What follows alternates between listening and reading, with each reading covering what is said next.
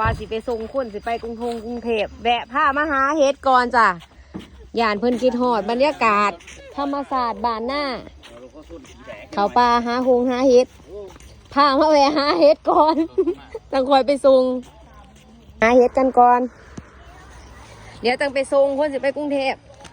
จะในไปกรุงเทพล่ะสิคิดฮอดบรรยากาศแบบนี้เขาป่าหาเฮ็ดพากันมาหาเฮ็ดอีกแล้วจ้ะหาอยู่หากินกันอีกแล้วสิมานอยู่บ่มื้อนี้ป้ามันกับมานล่ะจ้านี่คนว่าได้แล้วโมเมนต์เฮ็ดตัวนี้ก้อนหินตัวขาวๆอยู่โมเมนต์เฮ็ดนี่ก้อนหินพากันดีใจว่าเฮ็ดบ่ต้องไปตัดแว่นแล้วไปไปอู้มาเธอนี่มีน้ำเลยไปหาสิมานบ่มันนี่ให้มานเด้อคนสิไปกรุงเทพให้มานเด้อเพื่อได้เฮ็ดไปกินอยู่กรุงเทพน้ำนี่ไงมาหอดกับจะปูดจะปีดเลยฝนมันเสาะนี่มานแล้ว